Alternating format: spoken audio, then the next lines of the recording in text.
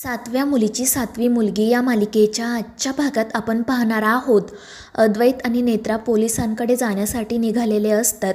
रुपालीने जे काही केलेले असते त्यामुळे अद्वैत खूप चिडलेला असतो. पण नेत्रा त्याला सांगते की साहेब तुम्ही शांत राहा, आत्ता पोलीस जे काही बोलतायत ते फक्त ऐकून घ्या. आणि त्यावर अद्वैत हो म्हणतो आणि पुढे निघून जातो. नेत्रा मात्र त्या हॉस्पिटलमध्ये अल्ट्रासाऊंडची जी केबिन असते त्या केबिनजवळच थांबते आणि अल्ट्रासाऊंड हे नाव बघून तिला अचानक एक संकेत येतो आणि त्या संकेतामध्ये तिला गर्भ दिसतो. इतक्यात अद्वैतसुद्धा त्या ठिकाणी येतो. तो नेत्राला विचारतो की काय दिसलं तुला संकेतामध्ये, पण नेत्रा काही सांगणार इतक्यात तो हवालदार म्हणतो की आधी तुम्ही आमच्या साहेबांना भेटून घ्या, त्यांना बाकीचीसुद्धा कामं आहेत. त्यामुळे मग नेत्रा आणि अद्वैत त्या इन्स्पेक्टरकडे जातात. तो इन्स्पेक्टर अद्वैतला विचारत असतो की शेखर राज्याध्यक्ष कुठे आहेत, मॅडमजवळ आहेत का? आणि त्यावर अद्वैत सांगतो की नाही, ते एका कामानिमित्त पुण्याच्या बाहेर आहेत, पण तुम्हाला जर काही बोलायचं असेल तर माझ्याशी तुम्ही बोलू शकता. आणि मग तो इन्स्पेक्टर अद्वैतला विचारतो की हे काय चालले नक्की तुमच्या घरात. आधीसुद्धा त्या रुपाली मॅडमने डॉमेस्टिक व्हायलन्सची केस केली होती, त्यानंतर तर काय तुमच्या घरात दोघी जणींना बांधून ठेवलं होतं आणि आत्ता हा आत्महत्येचा प्रयत्न नक्की चालले तरी काय? आम्हाला आमच्या सिनियरकडून सगळं काही कळलं आहे आणि एक गोष्ट लक्षात ठेवा की जर ही सगळी प्रकरणं बाहेर आली तर तुमची खूप बदनामी होईल. राज्याध्यक्ष हे पुण्यातील एक बडं प्रस्थ आहे, त्यामुळे जर हे सगळं लोकांना कळलं तर तुमची खूप बदनामी होईल. आणि मग ते अद्वैत नेत्राला हे सुद्धा सांगतात की रुपाली मॅडमने जेव्हा नदीत उडी मारली तेव्हा तेथील स्थानिक लोकांनी त्यांना वाचवलं, मात्र काही लोकांनी त्यांचा व्हिडिओसुद्धा काढला आहे आणि जर हे व्हिडिओ सोशल मीडियावर व्हायरल झाले तर मग याआधी जे काही घडलं होतं ते सुद्धा लोकांच्या समोर येईल. आणि ते ऐकून अद्वैत आणि नेत्रा घाबरतात आणि मग त्यानंतर इन्स्पेक्टर त्यांना सांगतो की आता आम्ही रुपाली मॅडमची चौकशी करू आणि जर त्या चौकशीत त्यांनी सांगितलं की तुमच्यापैकी कोणी त्यांना आत्महत्या करण्यासाठी प्रवृत्त केलं होतं तर मग आम्हाला FIR करावीच लागेल आणि मग हे प्रकरण सगळ्यांसमोर येईल. आणि ते ऐकून अद्वैत आणि नेत्रा घाबरूनच एकमेकांकडे बघतात आणि तितक्यात डॉक्टर रुपालीला घेऊन त्या ठिकाणी येतात. तो इन्स्पेक्टर तिला विचारत असतो की मॅडम सांगा तुम्ही आत्महत्येचा प्रयत्न का केला? आणि त्यावर रुपाली अद्वैत आणि नेत्राकडे बघू लागते. तर तो इन्स्पेक्टर म्हणत असतो तुम्ही कोणालाही घाबरू नका, जे काही खरं असेल ते सांगा. आणि मग त्यावर रुपाली सांगू लागते की खरं तर मी खूप निराश झाले होते, काय करावं मला सुचत नव्हतं.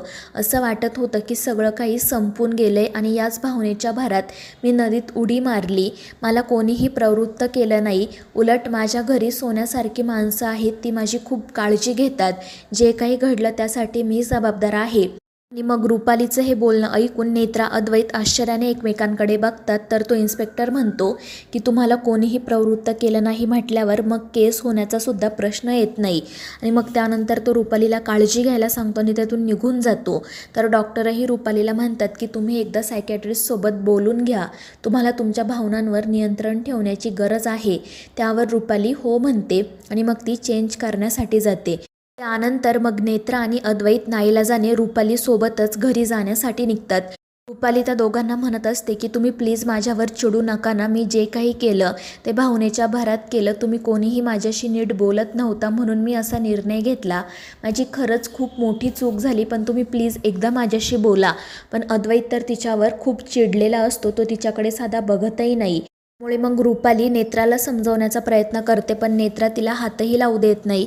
आणि मग ते रुपालीला घेऊन घरी जातात. घरी गेल्यावर सुद्धा रुपाली अद्वैतशी बोलण्याचा प्रयत्न करत असते. ती म्हणत असते की मला इतरांचं काही वाटत नाही, पण तू प्लीज माझ्याशी असा वागू नको ना, काय झालं आहे मला सांग. पण अद्वैत काहीच बोलत नाही.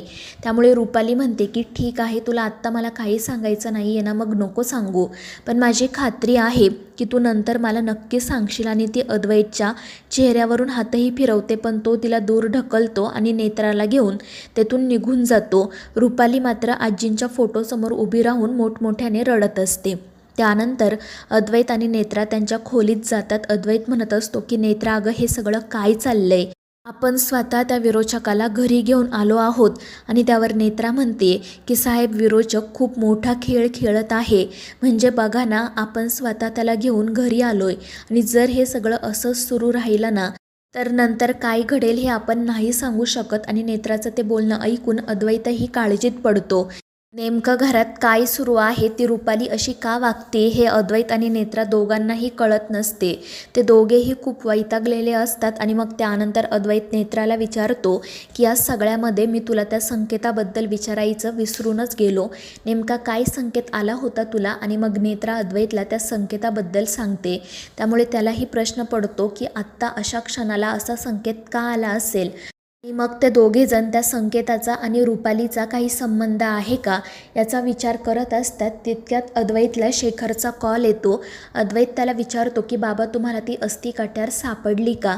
मात्र शेखर नकार देतो. त्यामुळे मग अद्वैत शेखर इंद्राणीला ताबडतोब घरी यायला सांगतो. दुसऱ्या दिवशी ते दोघेजण घरी येतात. शेखर नेत्रा आणि अद्वैतला सांगत असतो की काल रात्रभर आम्ही त्या जंगलात सगळीकडे अस्थिकट्यारीचा शोध घेतला, मात्र आम्हाला अस्थिकट्यार कुठेही सापडली नाही. आणि ते ऐकून नेत्रा अद्वैत काळजीत पडतात. अद्वैत म्हणत असतो की जर आपल्याकडे ती अस्थिकट्यार नसेल तर आपण विरोचकाला मारू शकणारच नाही. आणि मग त्यानंतर तो शेखर आणि इंद्राणीला काल हॉस्पिटलमध्ये घडलेला सगळा प्रकारसुद्धा सांगतो. आणि ते सगळं काही ऐकून ते दोघेही घाबरतात. रुपाली असं नेमकं का वागत असेल हे कोणालाही कळत नसते. आणि मग त्यानंतर नेत्रा शेखर आणि इंद्राणीला तिला आलेल्या संकेताबद्दल सांगते. ती म्हणत असते की वरवर असं वाटतंय की या संकेताचा आणि आत्ता आपल्या घरात जे काही घडतंय त्याचा काही संबंध नाही, पण नक्कीच या दोन्हीही गोष्टींचा एकमेकांशी काहीतरी संबंध आहे.